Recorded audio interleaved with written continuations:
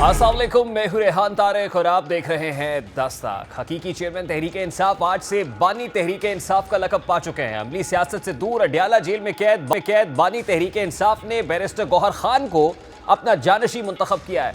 Barrister Gauhar के इंतखाब को उस्मान बुज़दार और महमूद खान जैसा इंतखाब करार दिया जा रहा है, यानी उनका पार्टी में चेयरमैन होने की हैसियत से रोल सिर्फ नुमाइशी होगा, जबकि हकीकत में पार्टी की बागदौड़ खुद बानी तहरीक इंसाफ के पास होगी। लेकिन यहाँ सवाल यह है कि क्या हकीकत में ऐसा मुमकिन है, जहां दहाइयों से खान की आंख कान कहलाए जाने वाले रहनुमा पल भर की सख्तियों के बाद दगा दे गए, वहां यह गारंटी कैसे दी जा सकती है कि बैरिस्टर गौहर पार्टी चेयरमैन जैसा हसास ओहदा पार्टी पॉलिसी के खिलाफ इस्तेमाल नहीं करेंगे। इसके अलावा यह भी कहा जा रहा है कि बैरिस्टर गौहर कोई कायम मकाम या अबूरी चेयरमैन होंगे, लेकिन फैसला साजी सारी बानी तहरीक इंसाफ करेंगे। लेकिन सवाल यह है, क्या पाकिस्तान तहरीक इंसाफ के आइन में ऐसे किसी ओहदे की गुंजाइश है? अगर गुंजाइश नहीं है तो कैसे एक 4 बरस के लिए मुंतखब चेयरमैन को अबूरी कहा जा सकता है? अली जफर बैरिस्टर गौहर के चेयरमैन नामजद करने और उन्हें अबूरी तौर पर कैसे मुतारिफ करा रहे हैं? तहरीक इंसाफ के पार्टी चेयरमैन के लिए इंतखाब तो कल होने जा रहा है, लेकिन इस इंतखाब के लिए साजिशें और ग्रुप बंदी बहुत पहले से जारी थी, जो वक्तन फवक्तन अया भी होती रही। एक रहनुमा एक बयान देता तो दूसरा ग्रुप उस बयान की तरदीद जारी करता रहा। चेयरमैन तहरीक इंसाफ की अहलिया और बहनों के दरमियान इख्तलाफात गली बाजारों की जीनत बने, लेकिन आज इस इख्तलाफ को सियासी मुखालिफिन की चालें बताया जा रहा है। अलीमा खान बुशरा बीबी से अपनी लड़ाई को किरदार कुशी से ताबीर दे रही हैं और बता रही हैं खान ने बैरिस्टर गौहर को चेयरमैन बनाकर तमाशा खत्म किया तो अब फैमिली को घसीट रहा है। हकीकत यह है कि पार्टी के अंदर 2 वकला ग्रुप्स हैं, जिसमें एक को अलीमा खान और दूसरे को बुशरा बीबी लीड कर रही हैं। इन दोनों ग्रुप्स के मेंबरान एक दूसरे पर बढ़ चढ़कर तनकीद भी कर रहे हैं। गुज़श्ता रोज़ ही सीनियर पीटीआई रहनुमा और मारूफ कानूनदान हामिद खान ने भी शेर अफजल मरवत पर तहफ़्फ़ुज़ात का इजहार करते हुए कहा कि पार्टी में एकदम ऐसे कारकुन भी आ गए जिनका हमें पता भी नहीं, और वो पार्टी में लीडर बनने की कोशिश कर रहा है, और वो शेर अफजल वाले से चेयरमैन पीटीआई से अपने तहफ़्फ़ुज़ात का इजहार कर चुके। दूसरी जानिब बैरिस्टर गौहर को चेयरमैन नामजद करने के पीछे एक और वजह भी बयान की जा रही है कि इस्टेब्लिशमेंट के हवाले से बानी तहरीक इंसाफ के मौक़िफ़ में खासी तब्दीली आ चुकी है और माफ़ी तलाफ़ी की ख्वाहिश शिद्दत से उसका इजहार किया जा रहा है और कोशिश भी की जा रही है। इन कोशिशों के लिए पैगाम रसानी और माफ़ी तलाफ़ी के लिए retired lieutenant general Naeem Khalid Daudi का नाम लिया जा रहा है। इस बात का इंकशाफ गुज़श्ता रोज़ इस्तेकाब पाकिस्तान पार्टी के रहनुमा फयाजुल हसन चौहान ने हमारी प्रोग्राम बताया कि कैसे एक कदावर शख्सियत को माफ़ी तलाफ़ी कराने में रोल अदा करने की दरख्वास्त की गई, जो उन्होंने कबूल भी कर ली। चेयरमैन तहरीक इंसाफ ने lieutenant general retired Naeem Lodhi साहब हैं, उनको मैसेज भेजा कि मेरे एस्टेब्लिशमेंट के साथ मामलात सीधे करवाएं। नईम लोधी साहब ने उन्हें मैसेज दिया कि आइन और कानून के मुताबिक आप अपने आप को विड्रॉ करें चेयरमैन तहरीक इंसाफ से। जब बुशरा बीबी को ये पता चला, उनके तो कान खड़े हो गए, कहा ये तो मेरा मियाँ जो है ना, ये तो बाहर आ जाएगा। उन्होंने डायरेक्ट फोन करके जनरल नईम लोधी साहब को बड़ी इज्जत और एहतराम के साथ शटअप कॉल दी। इस बात के इशारे भी मिल रहे हैं कि तहरीक इंसाफ और खुद तहरीक इंसाफ के बानी का नया बयानिया पाक फौज जिंदाबाद होगा, जिसका अमली मुजाहरा हमने गुज़श्ता दिनों खैबर पख्तूनख्वा में देखा, जहाँ शेर अफजल मरवत की जानिब से कन्वेंशन के अंदर पाक फौज जिंदाबाद और शोहदाए पाक फौज जिंदाबाद के नारे लगवाएगा। यहाँ सवाल यह है कि क्या एक सदर मुमलिकत मोहम्मद अली दुरानी के बाद एक बार फिर बानी तहरीक इंसाफ नईम खालिद लोधी के जरिए माफ़ी तलाफ़ी की संजीदा कोशिशों में मसरूफ़ है, और क्या साल 9 मई के बाद ऐसा होना मुमकिन है? यहाँ सवाल ये भी है कि क्या बैरिस्टर गौहर को चेयरमैन मुंतखब करना इस सिलसिले की एक कड़ी है, और सवाल तो ये भी है कि पार्टी चेयरमैन से हटना, खुद चेयरमैनशिप से सरेंडर कर देना और -1 कबूल करने के मुतरादिफ नहीं होगा कि क्या प्रैक्टिकली आज -1 हो गया, और अगर इमरान खान -1 फार्मूले पर अमल कर रहे हैं तो क्या ये तंग गली में दाखिल होने से पहले ये सोचा नहीं गया, और क्या ये खुद कर रहे हैं या फिर किसी दबाव पर उन्हें करने का कहा जा रहा है? इस बारे में बात करेंगे। इस वक्त सीनियर तज्जियाकार अब्दुल्ला गुल साहब ने भी ज्वाइन किया है। अस्सलाम वालेकुम अब्दुल्ला गुल साहब, बहुत बहुत शुक्रिया आपके वक्त के लिए। सबसे पहले तो बड़ा सादा सा सवाल है, प्रैक्टिकली पार्टी कमान आज बानी चेयरमैन ने नए चेयरमैन को सौंप दी है। एक वकील रहनुमा बैरिस्टर गौहर अली के पास अब पाकिस्तान तहरीक इंसाफ की जो कमान है वो आ गई है बकौल पार्टी के बानी चेयरमैन के। तो क्या ये फैसला बानी चेयरमैन का जाती फैसला है या आपको लगता है किसी दबाव के ज़रिए असर लिया गया फैसला है?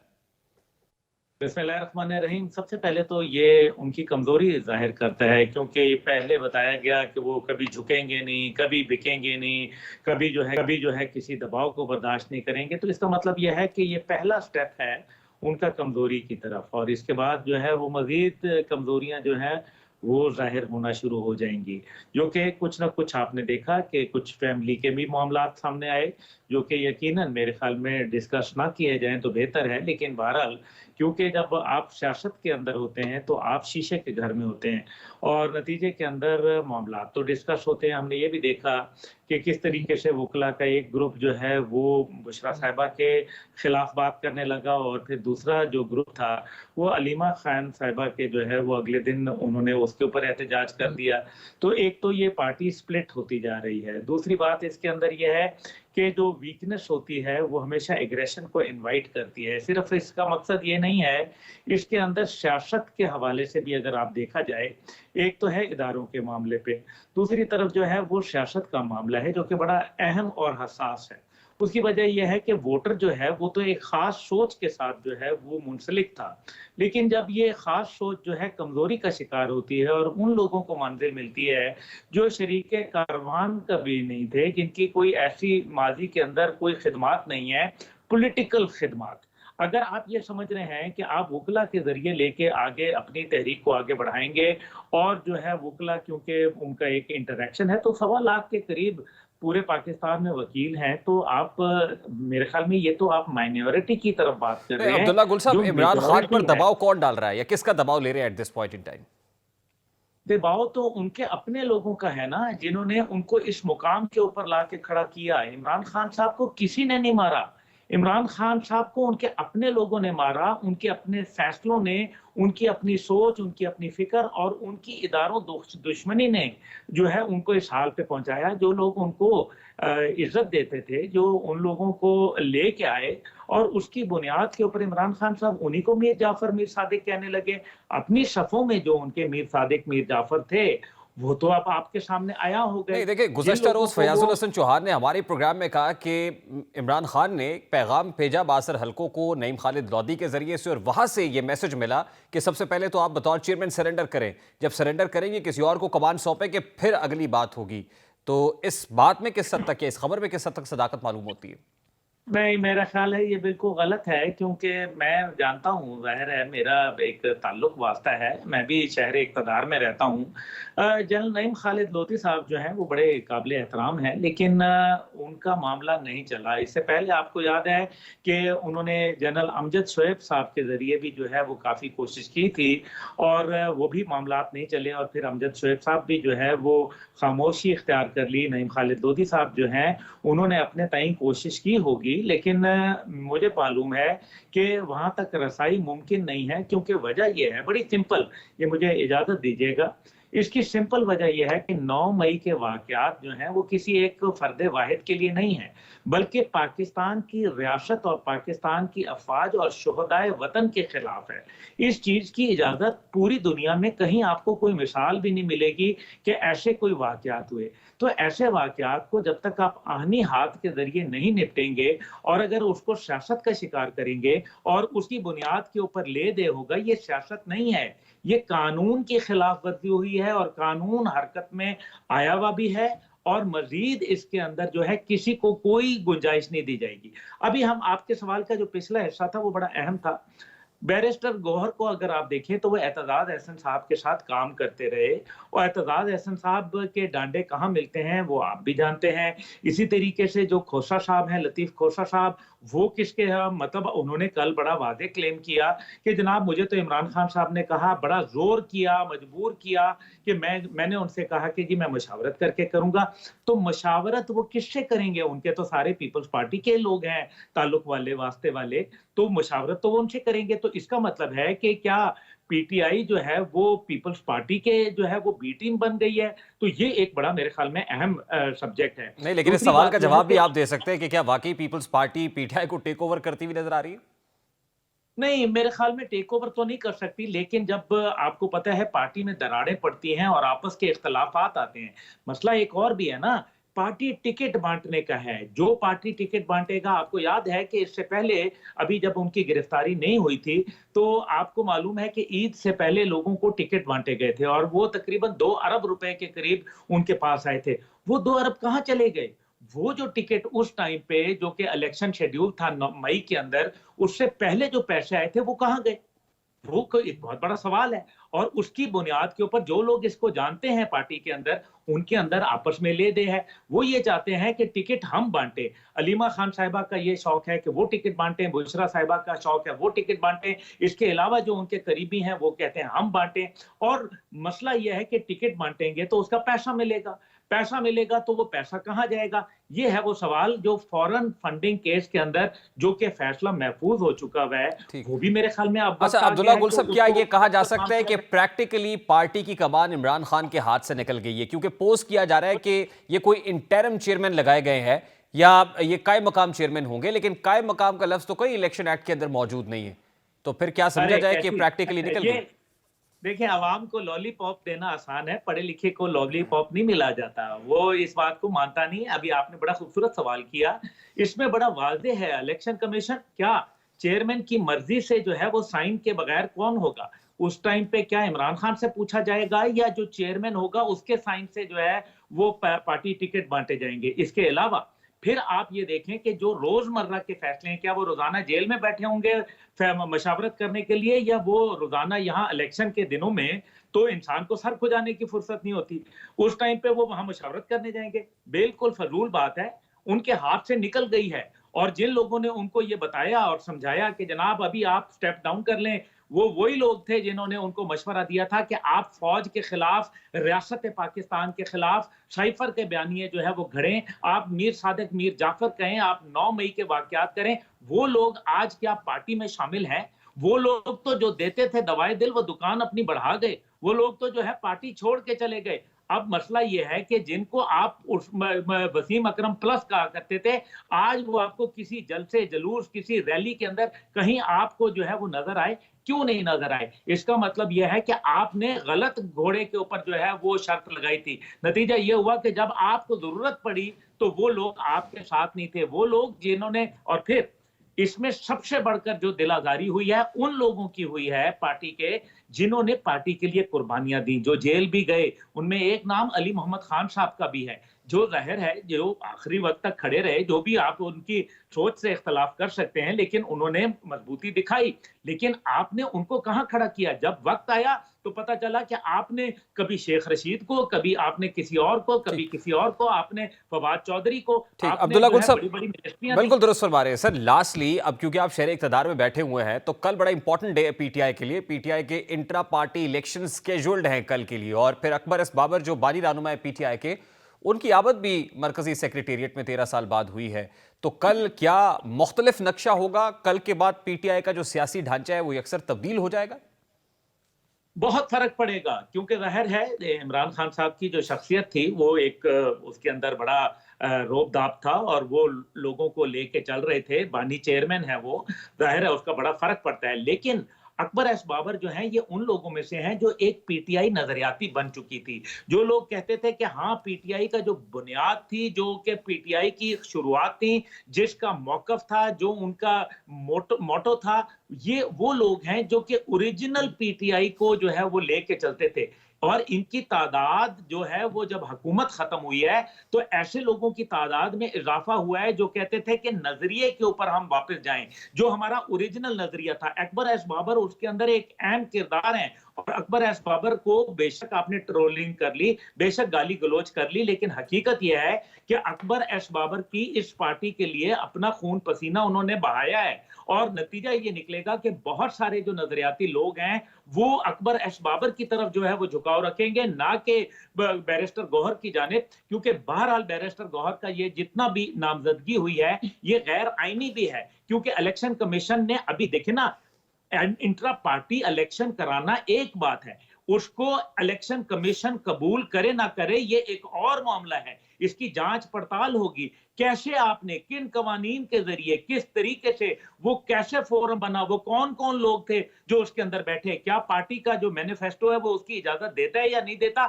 जल्दी में किए हुए जो फैसले होते हैं वो गलत होते हैं, उसके अंदर कलेक्टिव विजडम शामिल नहीं होता। बहुत बहुत शुक्रिया। इलेक्शन कमीशन ऑफ पाकिस्तान ने कौमी और सूबाई असम्बलियों के हलकों की हल्का बंदियों की जो हतमी फहरिस्त है वो जारी कर दी है, जिससे इलेक्शंस होने के आसार नुमाया हो चुके हैं। इन हल्का बंदियों पर कुछ एतराज़ात हो रहे हैं, लेकिन ऐसा लग रहा है कि ये एतराज़ात होशुस्नूबी से निपटा लिए जाएंगे और इलेक्शन कमीशन अपने कहे के मुताबिक इंतखाबात से 54 रोज़ कबल इलेक्शन शेड्यूल का ऐलान कर देगा। इलेक्शन से कबल 54 रोज़ की मुद्दत 13 दिसंबर से शुरू होती है और उम्मीद की जा रही है कि इलेक्शन कमीशन हल्का बंदियों के एतराज़ात दूर करने के बाद 12 दिसंबर की रात तक फाइनल इलेक्शन शेड्यूल का ऐलान कर देगा। इलेक्शन कमीशन की जानिब से जारी की की फहरिस्त के मुताबिक मुल्क भर से कौमी असम्बली की जनरल नशस्तों के 266 हल्के होंगे, जबकि मुल्क भर में सूबाई असम्बलियों की जनरल नशस्तों के 593 हल्के होंगे। हतमी हल्का बंदियों के मुताबिक इस्लामाबाद के लिए कौमी असम्बली की 3 जनरल नशस्तें होंगी, पंजाब में कौमी असम्बली की 141 और सूबाई असम्बली की 297 जनरल नशस्तें होंगी। सिंध में कौमी असम्बली की 61 और सूबाई असम्बली की 130 जनरल नशस्तें होंगी। खैबर पख्तूनख्वा में कौमी असम्बली की 45 और सूबाई असम्बली की 115 जनरल नशस्तें होंगी, जबकि बलूचिस्तान में कौमी असम्बली की 16 और सूबाई असम्बली की 51 जनरल नशस्तें होंगी। इलेक्शन कमीशन के मुताबिक कौमी असम्बली में खवातीन की 60 अक़लियतों की 10 मखसूस नशस्तें होंगी, जबकि 266 जनरल नशस्तों के साथ कौमी असम्बली का ऐवान 336 अरकान पर मुश्तमिल होगा। पंजाब से कौमी असम्बली में खवातीन की 32 मखसूस नशस्तें रखी गई हैं। सिंध से कौमी असम्बली में खवातीन की 14 मखसूस नशस्तें हैं। इसके अलावा केपी से कौमी असम्बली में खवातीन की 10 मखसूस नशस्तें होंगी। कौमी असम्बली में बलूचिस्तान से खवातीन की 4 मखसूस नशस्तें होंगी। इस तरह गुज़श्ता कौमी असम्बली के अरकान की मजमूई तादाद 342 से कम होकर 336 हो गई है। पंजाब में जनरल असम्बली की नशस्तें 7 कम हुई हैं, जबकि बलूचिस्तान में 2 और वफाक में 1 का इजाफा हुआ है। इलेक्शन कमीशन ने सिंध की नशस्तें बरकरार रखी हैं, जबकि फाटा और केपी के इंतजाम के बाद मजमूई नशस्तें 47 से कम होकर 45 हो गई हैं। इन हल्का बंदियों और इन पर उठाए जाने वाले एतराज़ात पर बात करेंगे। इस वक्त साबिक सरबराह फैफन और इलेक्शन एक्सपर्ट सरवर बारी साहब ने हमें ज्वाइन किया है। अस्सलाम वालेकुम सरवर बारी साहब, बहुत बहुत शुक्रिया आपके वक्त के लिए। बिलाखिर जो 7वां डिजिटल सेंसस है उस पर बेस्ड हल्का बंदियों की हतमी फहरिस्त इलेक्शन कमीशन ऑफ पाकिस्तान ने नोटिफाई कर दी है, तो क्या समझा जाए कि अब इलेक्शंस की राह में हायल आखिरी रुकावट भी दूर कर दी गई है? देखिए, लगता तो यही है कि जो सबसे बड़ी रुकावट हो सकती थी वो दूर कर दी गई है, गो कि ये बहुत पहले हो जानी चाहिए थी। लेकिन अब हल्का बंदी है उसकी हतमी फहरिस्तें आज जारी हो गई हैं और उससे जो आप कह रहे हैं, बिल्कुल उम्मीद तो बन गई है कि इलेक्शन जो है 8 फरवरी को हो जाएंगे। सर, कौमी असम्बली की नशस्तों की तादाद 342 से कम होकर अब 336 हो गई है, यानी 6 नशस्तें कम हुई हैं और जनरल नशस्तों की तादाद 266 हो गई है। How do you see this के इससे जो डिजिटल सेंसस है उसी का इम्पैक्ट है, क्योंकि फाटा का जो केपी के अंदर मर्जर है उसकी वजह से भी 12 से नशस्तें कम होकर 6 हो गई थी, तो कितनी ज्यादा सिग्निफिकेंस उसमें इस सेंसस की है कि ये नशस्तें कम हुई हैं? मेरा नहीं ख्याल कि जो नशस्तें कौमी असम्बली की कम हुई हैं वो पॉपुलेशन सेंसस की वजह से नहीं है। वो बुनियादी तौर पर जो फाटा की ट्राइबल एजेंसीज थी उनका मर्जर था खैबर पख्तूनख्वा में, उस वजह से जो पैरिटी ऑफ वोट है, यानी इक्वालिटी ऑफ वोट का जो कॉन्सेप्ट है, जो आलमी सतह पर माना जाता है एज अ बेस्ट प्रैक्टिस के हर शख्स का जो वोट है वो बराबर होना चाहिए। तो फाटा में शायद आपको मालूम हो कि माजी में तकरीबन एक कौमी असम्बली का जो हल्का है वो 70-80 ज़्यादा से ज़्यादा 1 लाख जो आबादी के ऊपर होता था। तो अब जो है वो बाकी जो हमारे कराची है, लाहौर है, इस्लामाबाद है, या पिंडी है, या फैसलाबाद है, या पेशावर हो, तो वहाँ पर 6-6 लाख की आबादी पर जो है एक हल्का होता था। तो ये एक डाइकॉटमी थी, एक डिस्क्रिपेंसी थी सिस्टम के अंदर, और उसको जो प्रिंसिपल है इक्वालिटी ऑफ वोट का, उसके मुताबिक उसको थोड़ा लेवल करना पड़ा है।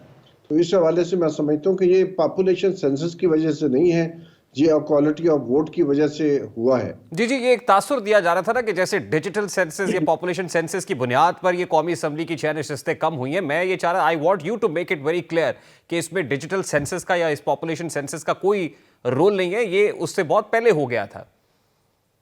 जी, मैं यही समझता हूँ कि जो लोग ये समझते हैं कि ये पॉपुलेशन या डिजिटल सेंसस की वजह से, तो ये हरगिज़ ऐसी बात नहीं है। लेकिन सूबों के अंदर जो सूबाई असम्बली की नशिस्तें कम हुई हैं, किसी जगह पे कम, जैसे खैरपुर, सांगड़ और जो इधर खैरपुर, सांगड़ और एक और डिस्ट्रिक्ट है जिनकी एक नशिस्त कम हुई है, और कराची में 3 नशिस्तें बढ़ गई हैं। वो सूबाई असम्बली की हद तक ये चीज़ें हुई हैं, और उसके लिए चूंकि आईनी तरमीम की ज़रूरत नहीं थी, वो हो गया है। लेकिन जो पॉपुलेशन सेंसस इन्होंने इब्तदाई फिगर्स दी थी वो जुलाई में, और फिर अगस्त में वो चेंज कर दी गई। उसमें आपको शायद याद हो कि पंजाब की आबादी जो है कुल पाकिस्तान की आबादी का वो 50% से कम हो गई थी, 49.3% हो गई थी, और जिससे पंजाब जो है वो 9 नशिस्तें पंजाब की कम हो सकती थी। लेकिन फिर अगस्त में जो हतमी मरदमशुमारी के नतायज है, जिसको CCI ने अप्रूव किया है, उसमें उसको फिर बराबर कर दिया गया, क्योंकि पाकिस्तान की उस वक्त पार्लियामेंट मौजूद नहीं थी और ना ही 2/3 अक्सरियत थी ये करने के लिए। तो इसलिए उसको दोबारा से जो है वो 2017 वाली जो सूबाई शेर थे आबादी में, वो उसी तरह उनको एडजस्ट कर दिया गया था। तो सरवर बारी साहब, सूबाई सतह पर जो नशस्तें कम हुई हैं उसमें तो किसी कॉन्स्टिट्यूशनल अमेंडमेंट की जरूरत नहीं थी, और अगर कौमी असम्बली की सतह पर कोई ऐसा मामला होता तो फिर क्या आईनी तरमीम रिक्वायर्ड होती, ये भी क्लियर कीजिएगा। जी बिल्कुल, मैं समझता हूँ इसीलिए जो है अब कौन सा जो इलेक्शन कमीशन अपना जो पॉपुलेशन सेंसस डिपार्टमेंट है, उसके कौन से डेटा को हम फाइनल समझें, जुलाई वाले को या अगस्त वाले को। जुलाई वाला तो वाज़े तौर पर आज भी उनकी वेबसाइट पे मौजूद है, जो कवरेज हुई थी मीडिया में वो भी मौजूद है। उसमें पंजाब की आबादी 49.3% हो गई थी, और बाद में जैसे मैंने पहले कहा कि बाद में अगस्त वाले में उसको दोबारा बिल्कुल 2017 की जो मरदमशुमारी के नतायज थे उसके मुताबिक उसको मुंतबिक कर दिया गया, और उसकी वजह से किसी किस्म की कोई आईनी तरमीम इनको नहीं करनी पड़ी। लेकिन मैं समझता हूँ उसी वजह से जो है ये सारा जो डीलिमिटेशन दोबारा करनी पड़ी। डीलिमिटेशन पहले भी हो चुकी थी, शायद आपको याद हो, जून जुलाई में डीलिमिटेशन हुई थी और दोबारा फिर हमें डीलिमिटेशन जो आके सितंबर में दोबारा करनी पड़ी है।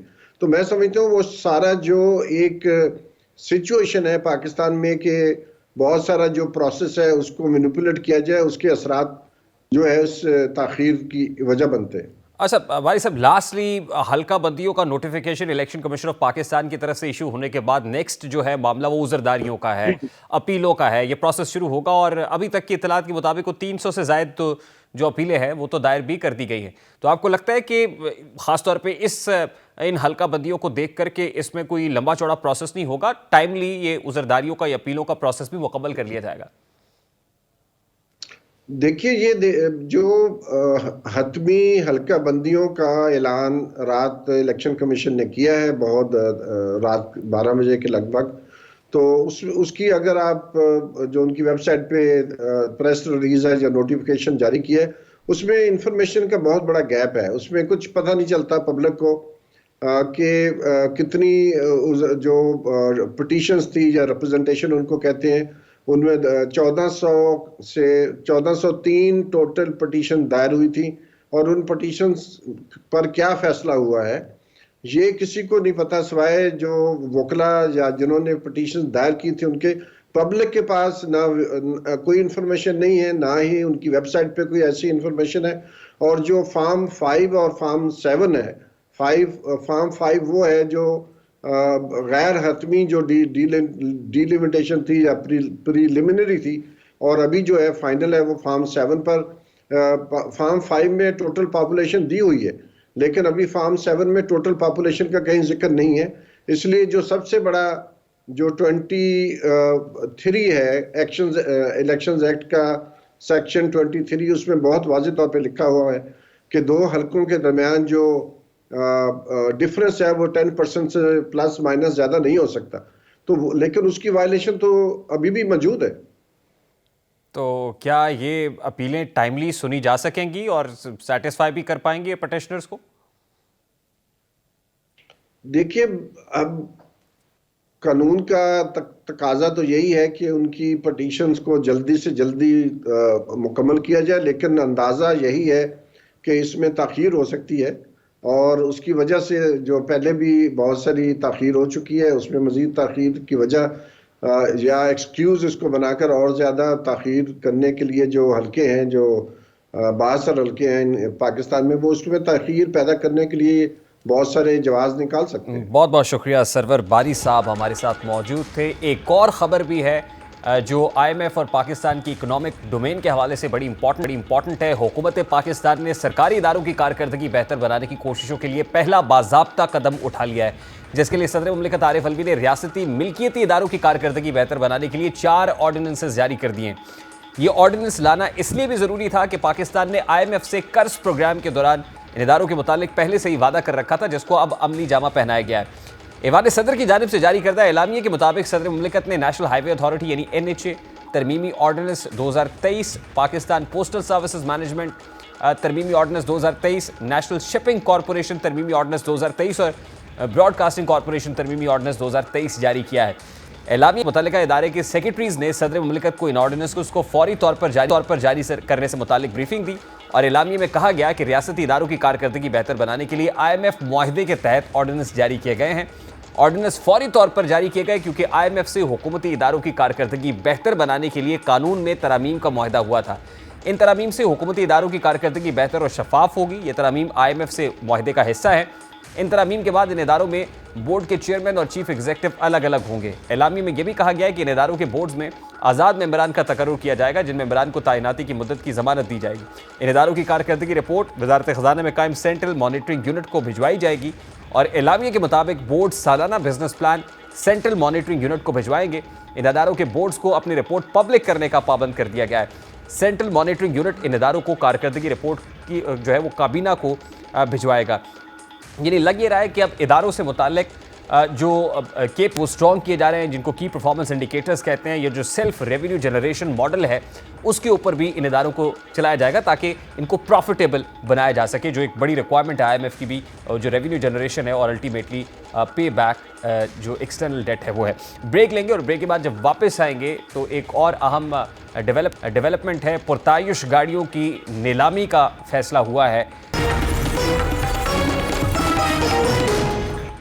अपने इख्तियार तकसीम करके 1 से 3 लोगों को मुंतकिल करना, अपने लिए मास्टर ऑफ द रोस्टर जैसे लफ्ज़ को तब्दील करके इख्तियार को निचली सतह पर मुंतकिल करना, पार्लियामान को सबसे सुप्रीम इदारा बनाना, सरकारी अफसरान के साथ साहब ना लगाने का हुक्म, जजेस को मिलॉर्ड कहने से इज्तनाब की गुजारिश के बाद जस्टिस काजी फायज़ ईसा की जानिब से आज एक और शानदार इक़दाम सामने आया है।